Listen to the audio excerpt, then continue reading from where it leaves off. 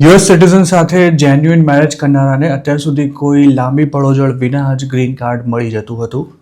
પણ છેલ્લા એકાદ બે મહિનાથી સ્થિતિ બદલાઈ રહી છે. મેરેજ બાદ ગ્રીન કાર્ડ માટે અપ્લાય કરતા ઘણા ઇમિગ્રન્ટ્સને તાજેતરના દિવસોમાં યુએસસીઆઈએસની ઓફિસમાં ઇન્ટરવ્યૂ માટે બોલાવાયા બાદ અરેસ્ટ કરાઈ રહ્યા છે, જેમાં યુએસ સિટીઝન સ્પાઉસ અને બાળક ધરાવતા પુરુષ અને મહિલાઓનો પણ સમાવેશ થાય છે. આવા લોકોને અરેસ્ટ કરવા માટે જાણે ટ્રેપ ગોઠવવામાં આવતી હોય તેમને કોઈ આગોતરી ચેતવણી આપ્યા વિના જ રૂટીન પ્રોસેસનો ભાગ હોય તે રીતે ઇન્ટરવ્યૂ માટે બોલાવાય છે, પણ ત્યાંથી જ તેમને સીધા જેલમાં મોકલી દેવામાં આવે છે. એનબીસી ન્યૂઝના એક રિપોર્ટ અનુસાર કેલિફોર્નિયાના સેન ડિએગોમાં તો આવા ડઝનબંધ કેસ બન્યા હતા, પણ હવે ન્યુયોર્ક સિટીમાં પણ ગ્રીન કાર્ડ માટે ઇન્ટરવ્યૂ આપનાર લોકોને અરેસ્ટ કરાઈ રહ્યા હોવાના કેસ સામે આવી રહ્યા છે. ન્યુયોર્કની સાથે ક્લેવલેન્ડ અને યુટામાં પણ આવા જ અમુક મામલા થયા હોવાના રિપોર્ટ્સ છે. આઈસનું આ મામલે એવું કહેવું છે કે જેમને અરેસ્ટ કરાઈ રહ્યા છે તે પોતાના વિઝા પર ઓવરસ્ટે થઈ ગયા હતા, પણ ઇમિગ્રેશન એટર્નીઝનું માનવું છે કે પહેલાં આવું કશું જ નહોતું થતું અને હવે જે કરવામાં આવી રહ્યું છે તેના કારણે ઇમિગ્રન્ટ્સ ડરેલા છે, કારણ કે ગ્રીન કાર્ડ લેવા જતાં જેલમાં જવાનો વારો આવશે તેનો ડર તેમને સતાવી રહ્યો છે. જે લોકોએ અમેરિકાની ધરતી પર કોઈ ક્રાઇમ નથી કર્યો તેમને પણ અરેસ્ટ કરાઈ રહ્યા હોવાથી જાણે આ હાલતમાં બચવાનો કોઈ ચાન્સ જ ન રહ્યો હોય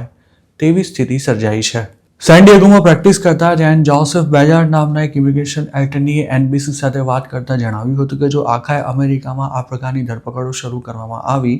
તો મોટી સંખ્યામાં લોકોને જેલ ભેગા થવું પડશે. ટ્રમ્પ એડમિનિસ્ટ્રેશને ગ્રીન કાર્ડ ઇસ્યુ કરવાની પ્રોસેસને અઘરી તો બનાવી જ છે, પણ તેની સાથે જે લોકો યુએસ સિટીઝનને પરણ્યા છે તેમને પણ હવે ટાર્ગેટ કરાઈ રહ્યા છે. આ મામલે ઇમિગ્રેશન લોયર્સનું કહેવું છે કે કોંગ્રેસ દ્વારા અપવાદરૂપ સંજોગોમાં યુએસ સિટીઝનને પરણનાર આઉટ ઓફ સ્ટેટસ હોય તો પણ તેને ધરપકડમાંથી મુક્તિ આપવામાં આવી છે, અને કાયદો તો એવું પણ કહે છે કે યુએસ સિટીઝનના સ્પાઉસ એપ્લિકેશન કરતી વખતે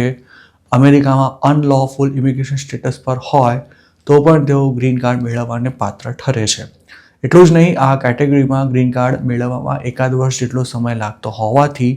ઘણીવાર પરમેનન્ટ સ્ટેટસ મળે ત્યાં સુધીમાં અમુક લોકો આઉટ ઓફ સ્ટેટસ થઈ જતા હોય છે. સેન ડિએગોમાં એક બ્રિટિશ મહિલાની આવા જ કેસમાં ધરપકડ થઈ હતી, પરંતુ તેને 1 વીક સુધી જેલમાં રાખ્યા બાદ છોડી દેવામાં આવી હતી, તેમજ તેનું ગ્રીન કાર્ડ પણ અપ્રૂવ થઈ ગયું હતું. તેવી જ રીતે યુએસ નેવીમાં કામ કરી ચૂકેલા એક અમેરિકનની પત્નીને પણ અરેસ્ટ બાદ બોન્ડ પર છોડાઈ હતી, જોકે તેને ઇમિગ્રેશન કોર્ટમાં પોતાનો કેસ લડવો પડશે.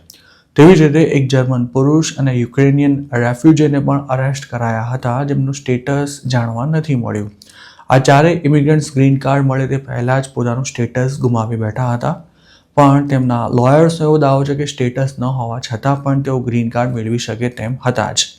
અત્યાર સુધી કેટલા લોકોને આવા મામલામાં અરેસ્ટ કરાયા છે તેનો કોઈ ચોક્કસ આંકડો ઉપલબ્ધ નથી, પણ ઇમિગ્રેશન એટર્નીઝનું કહેવું છે કે જો આ જ રીતે લોકોની ધરપકડ થઈ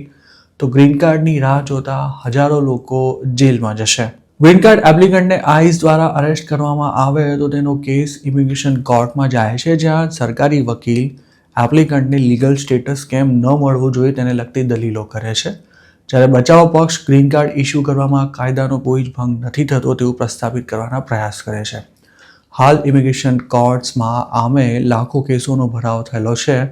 તેવામાં આ પ્રકારના નવા કેસને કારણે કોર્ટ્સ પરનો બોજ વધી રહ્યો છે અને સાથે જ ટેક્સ પેયર્સના પૈસાનો પણ વેડફાટ થાય છે તેવું ઇમિગ્રેશન એટર્નીઝનું કહેવું છે. મહત્વની વાત એ પણ છે કે આ સમગ્ર કવાયત બાદ ગ્રીન કાર્ડ માટે અપ્લાય કરનારાને ડિપોર્ટ કરવાને બદલે કોર્ટ જ તેના કેસનું મેરિટ જોતા તેને બોન્ડ પર છોડી દેતી હોય છે, અને મોટાભાગના કેસમાં ગ્રીન કાર્ડ અપ્રૂવ પણ થઈ જતું હોય છે, જેથી એપ્લિકન્ટને આ રીતે પરેશાન કરવાનો શો અર્થ છે તેવા સવાલો પણ હવે કરવામાં આવી રહ્યા છે. યુએસસીઆઈએસના પ્રવક્તાએ આ અંગે એનબીસી ન્યૂઝને જણાવ્યું હતું કે જો એપ્લિકન્ટ સામે કોઈ વોરંટ અથવા ડિપોર્ટેશન ઓર્ડર પેન્ડિંગ હોય કે પછી તેને ફ્રોડ, ક્રાઇમ અથવા ઇમિગ્રેશન લોનો ભંગ કર્યો હોય ત્યારે તેની સામે કાર્યવાહી કરવામાં આવતી હોય છે. તેમણે એમ પણ જણાવ્યું હતું કે વિઝા પર ઓવરસ્ટે થવું પણ કાયદાનો ભંગ જ છે અને તેમાં ડિપોર્ટેશન થઈ જ શકે છે. તેમજ એલિયન્સે અમેરિકાના કાયદાનું સન્માન કરવું પડશે અને જો તેઓ આમ નહીં કરે તો તેમને તેના પરિણામ ભોગવવા તૈયાર રહેવું પડશે.